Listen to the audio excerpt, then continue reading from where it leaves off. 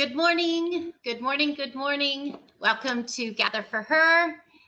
We are so excited to welcome you back for another week of deep listening, connection, intentional conversation, collective wisdom gathering. I want to welcome you to those who are live and to those who will be joining us via the recording.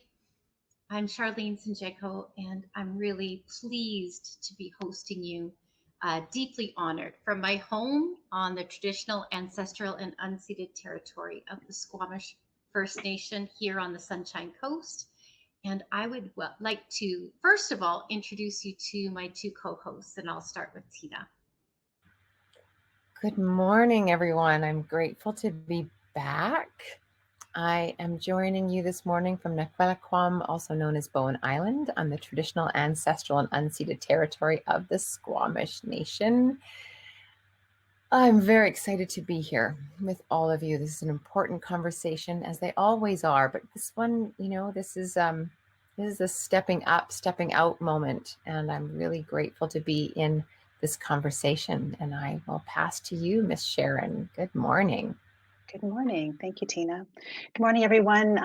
I am excited to be here with you today. I am coming to you from, my name is Sharon Marshall, first off, for those of you who don't know me. I am coming to you from the traditional territory of the Snuneymuxw and Snuneymuxw First Nation. I am originally from Treaty 6 territory, and that's in Edmonton, and I've been living here on the island for about 20 years. Very blessed to be here, and I'm super excited about this conversation today, and I look forward to gleaning some Indigenous wisdom from it. Thank you. So before I introduce our guest today, I'd just like to invite a couple of things. One is a saying that one of my mentors taught me, and that is expect magic in every encounter. I'm going to invite that in. I'd also like to just set an intention for the conversation and ask you to do the same. What are we calling in through this conversation? So this morning, it's my deep pleasure to welcome a very special guest. And sometimes we have conversations with leaders that we know for a brief bit of time before our conversation. And other times we get to have conversations with people that we've known for quite a while and have a deeper relationship with and a friendship. And this morning's conversation with Kathryn Pollack is going to be the latter. I'd like to tell you a little bit about an amazing woman, amazing leader, and an amazing friend from Saskatchewan. And this is just sharing a bit about Kathryn's bio. So I believe we all agree that we always have a need for strong leaders, but now more than ever, stronger leaders are needed. So the stakes are high for Kathryn as a mother who is watching her children prepare for adulthood and also caring for her aging father. Kathryn believes she must do a better job caring and providing for our elders, honoring the contributions that they have made, and ensuring that the country we are leaving for our children can provide health, prosperity, and freedom for all. A little bit about Kathryn. She is known for and thrives to create safe spaces and dynamic environments where meaningful dialogue, fierce dialogue, and connection can weave the fabric of full engagement and ultimate performance. She draws on her collection of experiences across multiple sectors to find solutions and opportunities where leveraging relationships realizes mutual benefits. Good morning, Kathryn. Thank you for joining us. Good morning, Shar. Thank you so much for inviting me. It's wonderful to see you and Sharon and Tina. And I am joining from Regina, Treaty 4 territory, traditional lands of the Cree, Saulteaux, Lakota, Nakota, and Dakota First Nations, and the traditional lands of the Métis.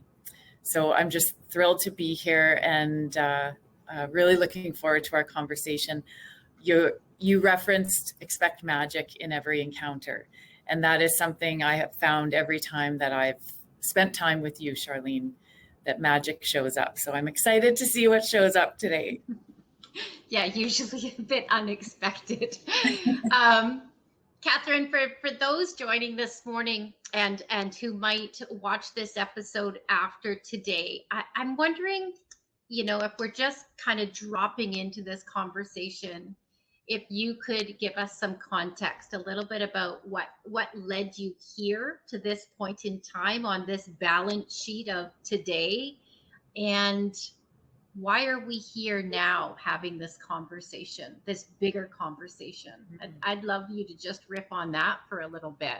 Okay, sure.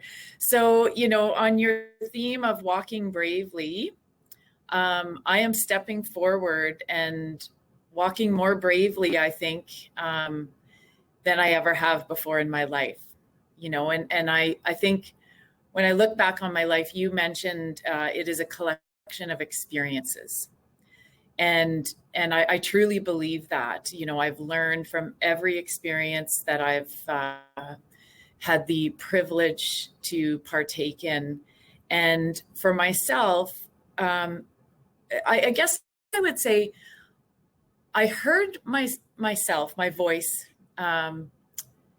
saying over the past number of years, as I've been watching our government, particularly our federal government, I've heard myself saying, I want to be in the room where those decisions are being made.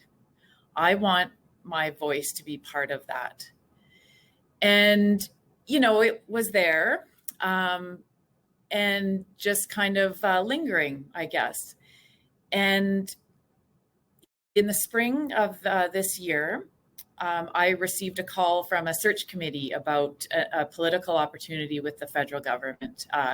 So with a federal party, they're looking for someone to fill a seat. And I thought, okay, there was that voice in my head saying, I want to be at the table where those decisions are being made. And then I get this call saying, would you be interested? And again, going back to my comment about life being a collection of experiences, when I look back on my past, as I thought about this potential opportunity, it really occurred to me that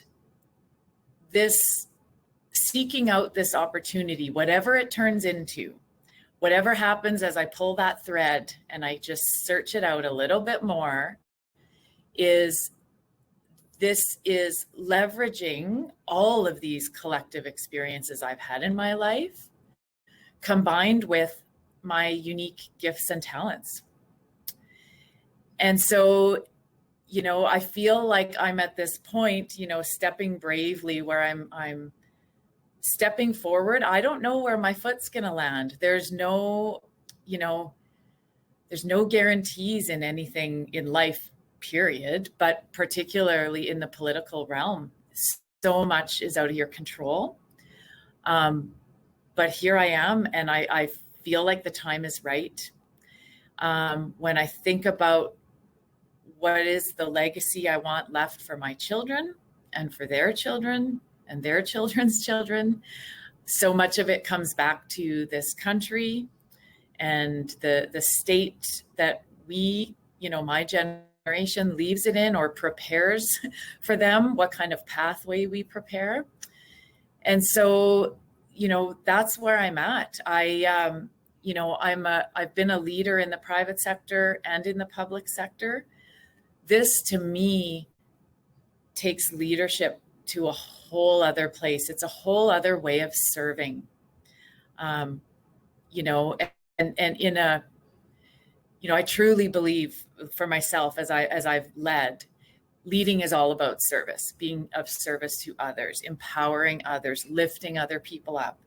And I feel that the opportunity to serve as an elected official really takes that to the next level, because it is about service in its, I guess, in a lot of ways, its most basic element, but also its most macro element. You know, when you think about the federal government and the ability to have large impact and the gravity and importance of that. So maybe I'll stop there. Tina, I'm going to swing over to you. You've known Kathryn for 2 or 3 years now, and you're right in the middle of this Walking Bravely campaign. You know, you're at the birth of this story, and I'm curious what comes up for you with this conversation. That's great. Kathryn, I'm in this place with you. I'm like, okay, I want to make sure that we hear everything that's in your heart.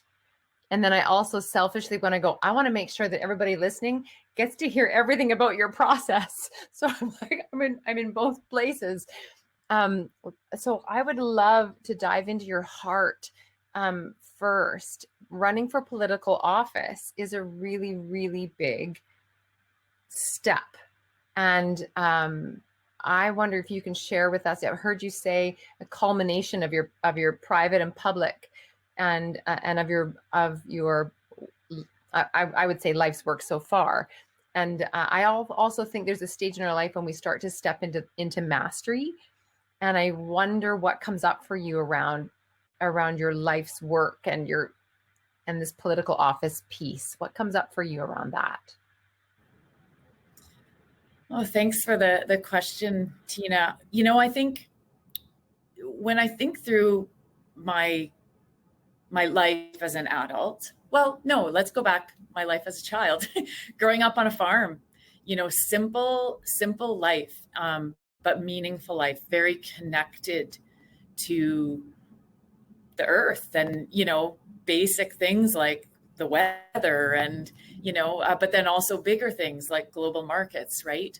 But also, you know, I guess I would tie it back to, you know, rural Saskatchewan and that sort of typical upbringing in rural Saskatchewan.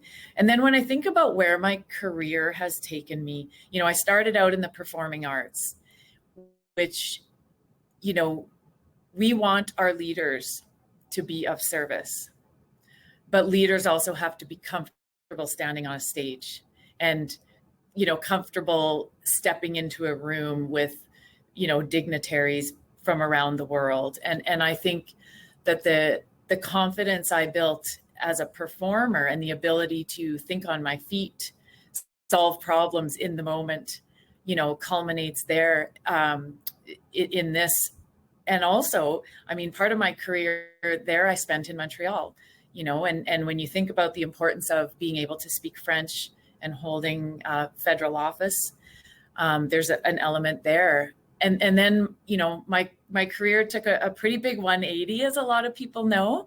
And I worked as a land agent in oil and gas and mining and utilities. And that's real, a land agent and a community engagement specialist. And that work is really about relationship. And, you know, frankly, it's sitting down at the kitchen table or the community hall and having tough conversations about really important issues, but getting down to what's underneath the waterline, getting down to what are those common values that we share, that we can build this relationship on and find a healthy path forward to something that works for everyone.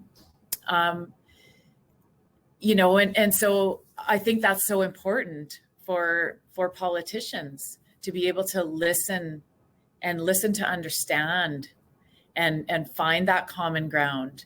You know, we're seeing just so much partisanship right now that's coming out with these incredible women making decisions to step back from public office due to, you know, partisanship. And so I think more and more we need leaders who are willing to find some common ground and bring people together.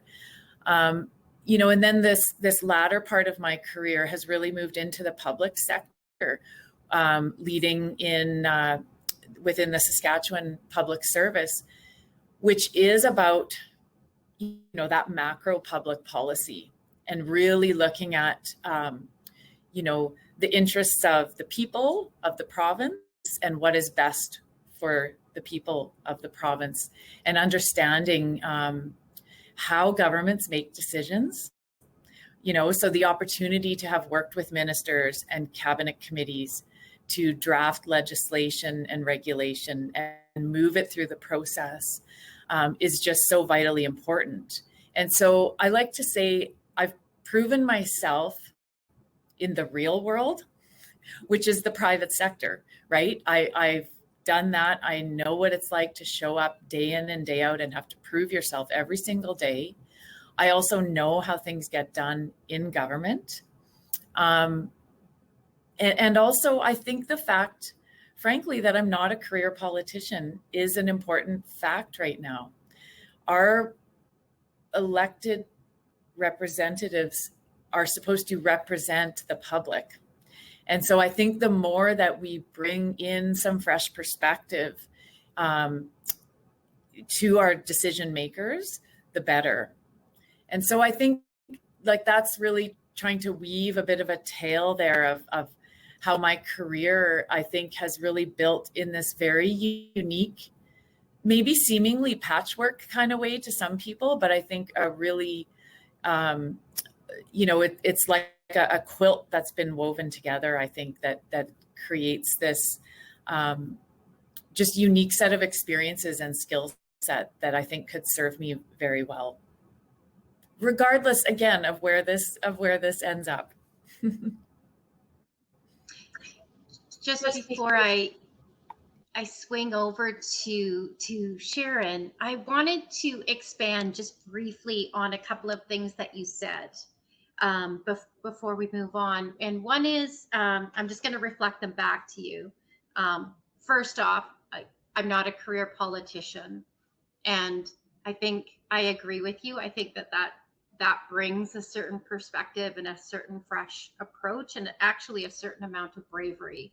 But even more important than that, I'd love to talk for a few minutes about digging into what's underneath the waterline and the common values that you talked about. I think we're all very aware that federal politics is missing some pretty powerful women that are exiting stage left.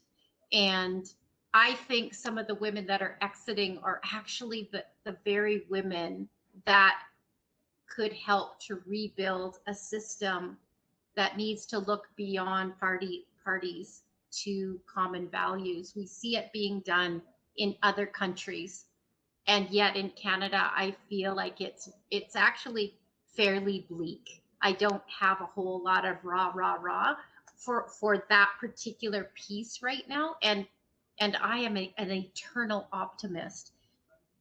And so I wonder where that takes you, walking into a system that actually needs some changes, and as a woman, like knowing that, seeing what's happening in front of you, like where, like that's the ultimate challenge right now. I'm curious where that piece takes you. Oh, yeah, I have a few things to share there. That's a lot to digest, but really super important. So first thing I want to say is I think it's really interesting. I'm seeing a juxtaposition right now where, on the one hand, I think this is the first time in history that being a woman running for office is not a disadvantage. In fact, in many cases, it can be an advantage. And that is, that's never been before. So on the one hand, that is reality. And then, as you point out, on the other hand, we're seeing women, who've held office who are saying, I'm out for, for these reasons.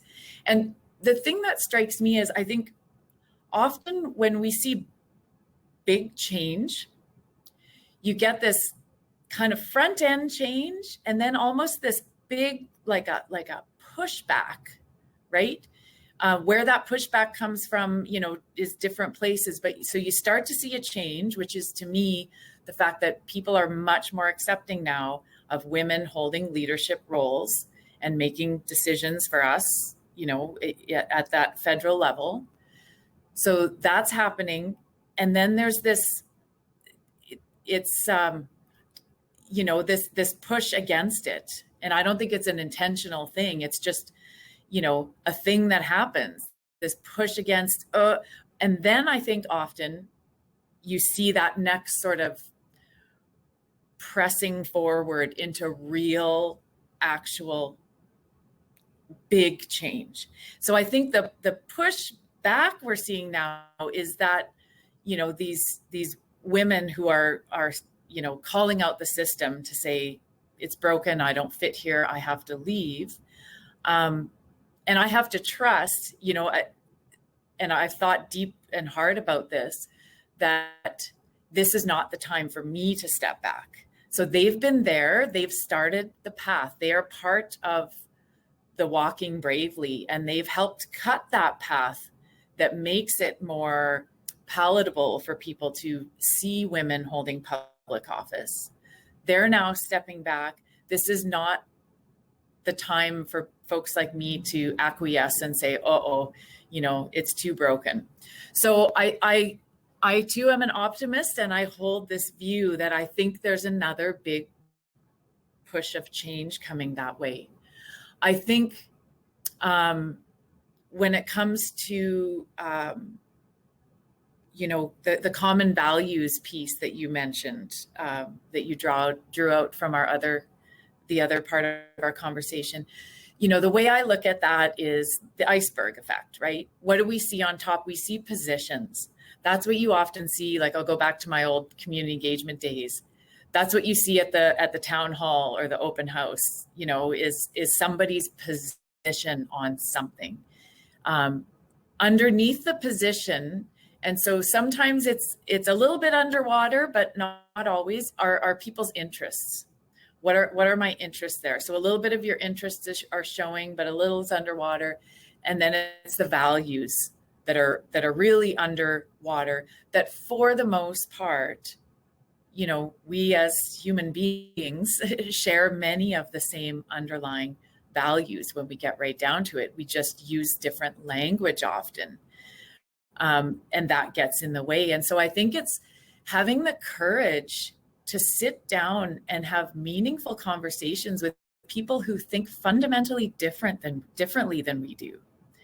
And taking the time to dig into those conversations. And, it's not pretty, it's not easy, but I think it's the only path forward for us. And I think,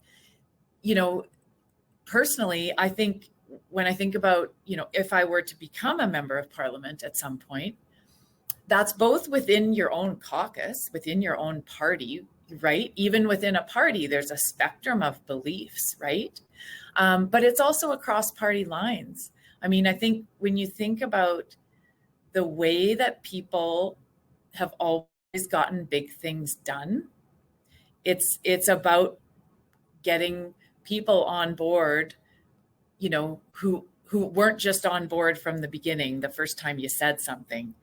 It's creating that compelling vision to say, this is where we're going. Let's create this together, and finding a way to draw people into that. And this, all of you three, that diverse perspectives make for better decision making in the end. And so the more we open ourselves up to actually listening to people with different perspectives, the better off we are in the end in terms of the decisions that we make. So to me, that doesn't mean you acquiesce on your values or things that you have to stand up for, right? I'm not suggesting that, but I do believe that it is through those fierce dialogue type of conversations, which you and I have spoken about before, that we can really start to move forward collectively.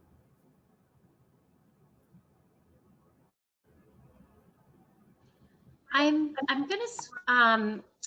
gonna swing over to Sharon for a while, and I think one of the most important things as you're entering into political leadership, we always, what are you running for? There's this, what are your priorities, and how do they tie into your values? And I feel like for the first time in history, our priorities are all really, really surfacing. Like, I think there's certain things that are so obvious right now, we cannot say they're not priorities. Whereas maybe in the past,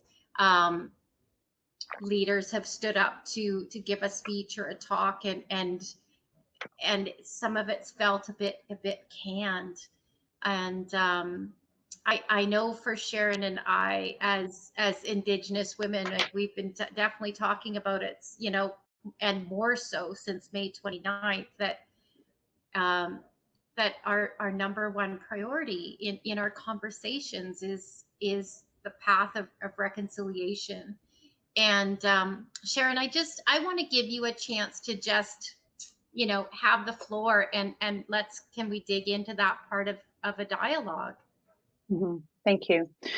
Yeah, so just before that, though, I just wanted to say I loved your analogy of the patches and the quilting. And then just before that, you had mentioned you wanted to see what happens when you pull the thread through. So that, to me, that I thought that was pretty succinct. In my head, it's right there. And then, what I love, I know that you're an Indigenous advocate. And what I love is that you are thinking of future generations. And so you've got, the 7-generation thinking, which I believe every leader needs to have. And not even just leaders, just everybody should have that train of thought. If we all thought that way, this world would be a much better place. We wouldn't be in the position that we're in. And so I'm just curious, though, yes, reconciliation is on everybody's mind. And I'm wondering what kind of issues beyond reconciliation, though, you feel are important. What's on your mind regarding Indigenous, the issues that Indigenous people face in Saskatchewan, and how do you see that you can help? Mm-hmm. Well, I think it starts with building relationships and learning and understanding and comprehending. And so for myself, so the electoral district that I'm seeking the nomination in has within its borders Whitecap Dakota First Nation, and Chief Darcy Bear is just this incredible example of leadership in terms of his community. And the it's not just the prosperity, but it's the governance and the control of the land and their ability to make decisions for themselves as a nation. And so I think that for myself personally, it starts with the relationships, and it starts with the modeling, the role modeling as a leader, as a mother, as a citizen, to learn and build relationship and engage and actually make reconciliation just part of everything we do, how we think. Yeah. But then also it's the action. And so I think, pointing out Chief Darcy Bear and Whitecap, Dakota. There's other examples in Saskatchewan, File Hills Qu'Appelle Tribal Council, taking quite a different model, but doing such an incredible job of caring for their people in the way that suits their community. And so I think, as a leader, to me, at the federal level, it is about capacity building and sustainability, and allowing that opportunity for First Nations to care for themselves. And so figuring out, and every First Nation, I would imagine, would be different from every other one, but what does that pathway look like, and how can the federal government support that pathway forward, and hopefully at some point, frankly, get out of the way. I don't know. I mean, I would say I don't have all the answers on this, but I sure know how to ask the questions, and it starts with the understanding, I think, which is built through relationship. I love that, and you've obviously done some homework. You know the First Nations that you're in your area, and I just love your comment about the modeling. Oh, there was something else I was going to say. It'll come back to me. Sorry, it just left. Tina, I know that you've thought in the past year so much about this topic in your own work and as a performer, as an artist of impact. And I'm wondering what might be coming up for you right now, because it's the same conversation. It's the same conversation. We're just looking at it in different ways. And just wondering what it brings up for you now. Yeah, thanks. Thanks, Shar. I'm actually hooked back into something that was said earlier that ties into this. Because in the work that I do, I listen to people, and I listen for qualities that to me are just so, they're like clues. And one of the qualities that you shared, Kathryn, that I don't know that you know this about you, and maybe I'm willing to be wrong about it, but I just want to, if I can, reflect what I see. It's when you said sitting down at the kitchen table and having real conversations. And I was like, I wonder if Kathryn knows, again, just from my lens, knows that there is so much gold in you, in that piece of your relationship with people.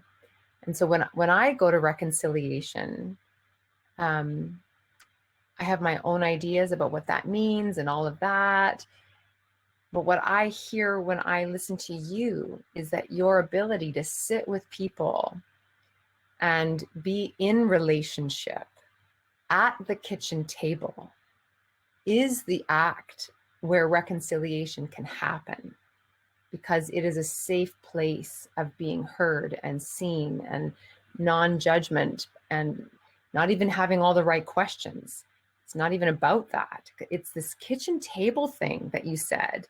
And then right in the very beginning about your Saskatchewan roots and simple and meaningful. That I just want to reflect that to you and see if how that lands and feels to you. And as an offering, I think, to you. Oh, thanks, Tina. It lands very squarely, frankly. I mean, and it goes back to my childhood, right? The kitchen table. I mean, we've all had that in different ways, but really my work as a land agent and community engagement specialist of, the honor of being welcomed to sit at someone's kitchen table, frankly, because sometimes you're not offered that gift, right? You're not necessarily even wanted. And when you have the opportunity, whether you're actually breaking bread or not, but you're at the table, breaking bread with people in their home, is just such an honor, because as you said, like the armor comes off a little bit when you're at the kitchen table, right? It is a safe space, and we feel warm there. You know, we get our sustenance there. And for many of us who are busy with kids, it's the one place where we actually all, you know, come together. So yeah, that resonates very clearly, very, very strongly to me. And I think, you know, I've had a number of kitchen table meetings with folks during, you know, the last couple of months. And frankly, it's where the most meaningful conversations have happened, most impactful, and a reminder of why I'm doing this.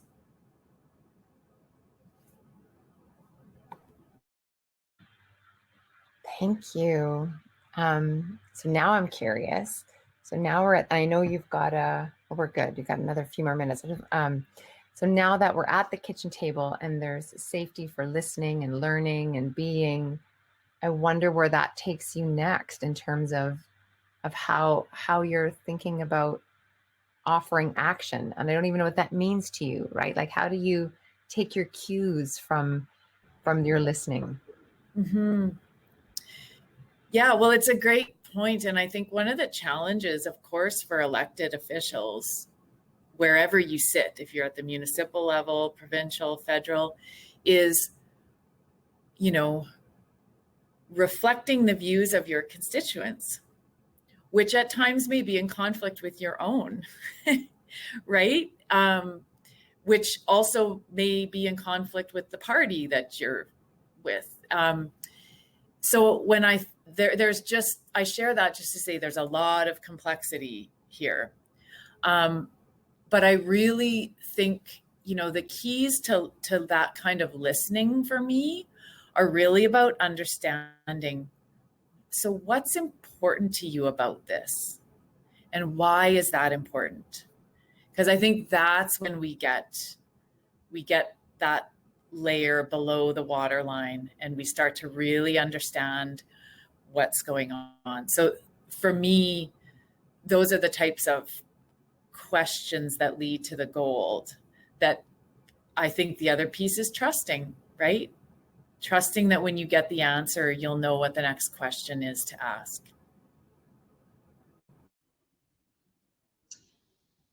I just wanted to pop in here with a couple of final thoughts to see where this might take us. But I really think what's coming through for me today is that visual of the waterline. And I think the most important role of any political leader right now is taking a step towards uniting our country. And so the gifting, the process, no matter who is an elected leader, the process is the work. And how do we take various different people and parties? And what we've been talking about as a braid lately is how do we reach beyond our beliefs, beyond what we believe, to find the common values at the waterline? And you touched on that, where you said, so why is that important to you? Or let's go underneath that, because if you ask four of us right now a question, we'll reflect on it from our perspective, you know, from our perception and from what we believe. Well, I believe this. And how do we reach, you know, hold that belief? That's our individual, you know, that's our sovereignty. That's what we believe. But yet go beyond that to reach deeper, to see where the commonality in values might lie. And I wonder where that takes us, because I believe that's the work of political leaders next. Yeah. Oh, I agree so much. And I think one of the things great leaders can do is hold space for different perspectives and opinions at the same time. So you withhold, like finding that ability to withhold your own judgment, I guess, or decision on where you land. And so being in that space of, it's almost detachment. It doesn't mean you're not passionate about something, but you don't attach to this is the answer or this is the outcome, but being willing to live in that space of, you know, this can be a truth and this can be a truth.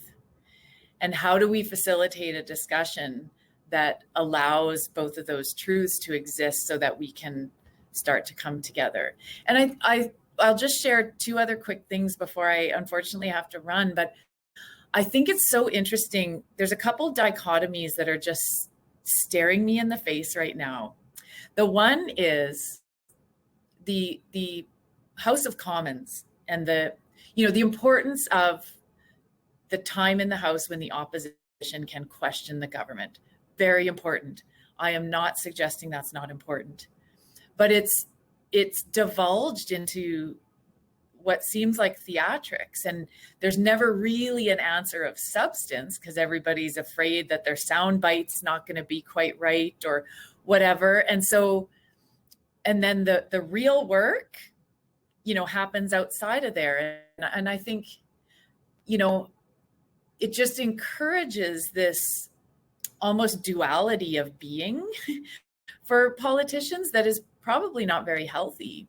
And then I think that the other dichotomy that's standing out for me too is right now going through the nomination process is, in order to win a nomination process, you kind of become a bit of a salesman, right? You have to, and you're always asking for something. I'm asking you to buy a membership. I'm asking you for a donation. I'm taking, right? But what we really want from our political leaders is service. We want our political leaders to actually, when they're in the role, to function completely opposite of that. And so it's just an observation for myself as a political newbie, that it is a dichotomy of, what it takes to win is very different than what it takes to govern well.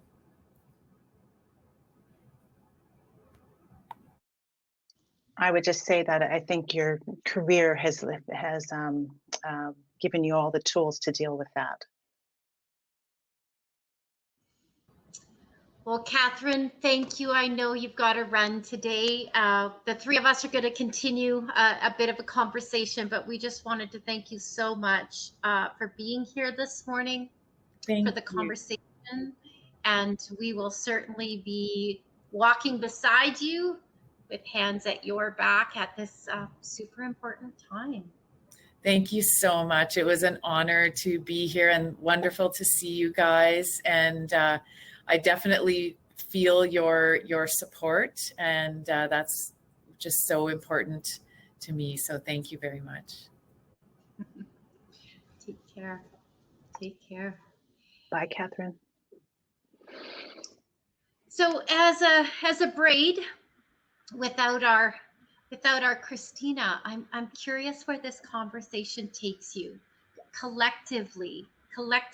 So what if you're not running in politics? Like, what's the deeper wisdom that's coming through for you for every single person that's part of this conversation, that goes beyond running for politics? That happens to be this particular circumstance, that this particular vehicle. But kind of curious what you're hearing in collective wisdom this morning.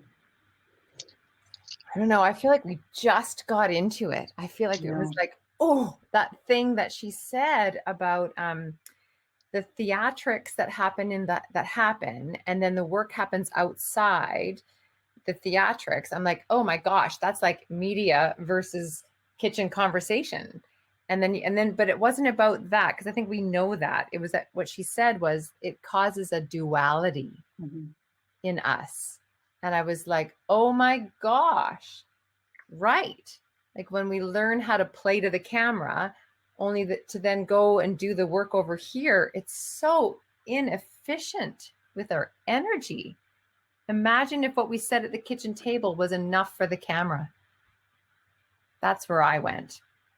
But, the duality is something us women have dealt with forever, right? And so that's part of what I meant when I said that she's well, plus her career. I mean, her Totally. life, the patchwork, the career leading up to this, it's she can do it. And so that The I skills wanted are to, there, right? I wanted to ask her about the Indian Act. That's where it, because it's federal. It's a federal policy, and but I didn't want to, put her on the spot. Just I'm curious to know what her thoughts are about dismantling that. There's so much work to do, but it's a very valid point. I think what makes a great leader that actually moves policy and important policy forward in government is being able to get to come to agreement with folks to move something forward. It takes a lot of side conversations across party lines, and that unfortunately isn't the high gloss political leader that gets a lot of attention. And we've actually heard of people in the past that they're not very sexy political leaders. They're workhorses that actually get change made. And I think that's part of the dichotomy that we're talking about right now. I think that's the shift in politics, being able to hold this duality and being able to hold these pieces. That's kind of where I'm coming to watching what might be possible in changing a system that really needs to be changed. And it starts with being able to have those tough conversations, right? At the kitchen table, even. Yeah. I really appreciated her naming so plainly that what your constituents may want may be completely different from what you may want, which may be completely different from, like 3 different things could be going on at the same time. And then when she said in a different conversation, but about working for First Nations and getting out of the way, like that too is like somehow this is all connected, like this new conversation of it's not about the political leader, it's about the constituents and getting out of the way. I think that is a kitchen table conversation. I don't know, I'd love to know, I don't know what her thoughts are on the Indian Act, but at the end of the day, maybe it's not important. Maybe what's important is her ability to listen to what others want about the Indian Act and working in the complexity. I don't know. I'm just throwing that in. She might have her own thing that she stands for. But what I love is that what I hear with Kathryn is not about Kathryn. Yeah. Cool, huh? Like that's refreshing. Yeah. That's unusual for a politician. Usually they come in with their own agenda, right? Yeah. Right? I would. But she's fresh. So this is awesome. Yeah, and she's got the 7th generation thinking, so already we're ahead of the game. She's ahead of the game. Yeah, I appreciate the comments that are coming up in the chat, and I'm curious if there's any other comments where this takes you from this conversation. Maybe you need time for it to land, but where it takes you as in terms of what you're taking from this conversation to think about and implement into your own life, where this takes you next. And that's what we'll dig into next week. And Tina, maybe I'll pass it over to you to do a close. Sure. Thanks for being with us, everyone. Thanks for your support of Kathryn, really, in being here for her. I think when one of our sisters steps up to be here and to listen and to hold that space and complexity for her is a really big thing.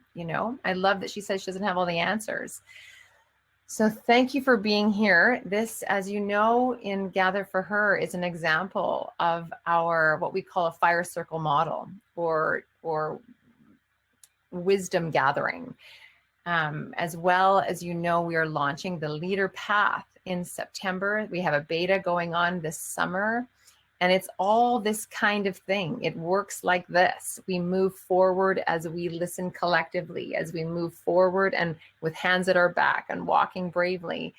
So thank you for being with us. We are here every Wednesday morning. I hope you'll join us for the Wisdom Circle. And please know that if anyone has questions about any of the things that we do, please reach out to us because we are hands at your back, leading differently. So thanks, everyone. We will see you next week where we unpack this collectively.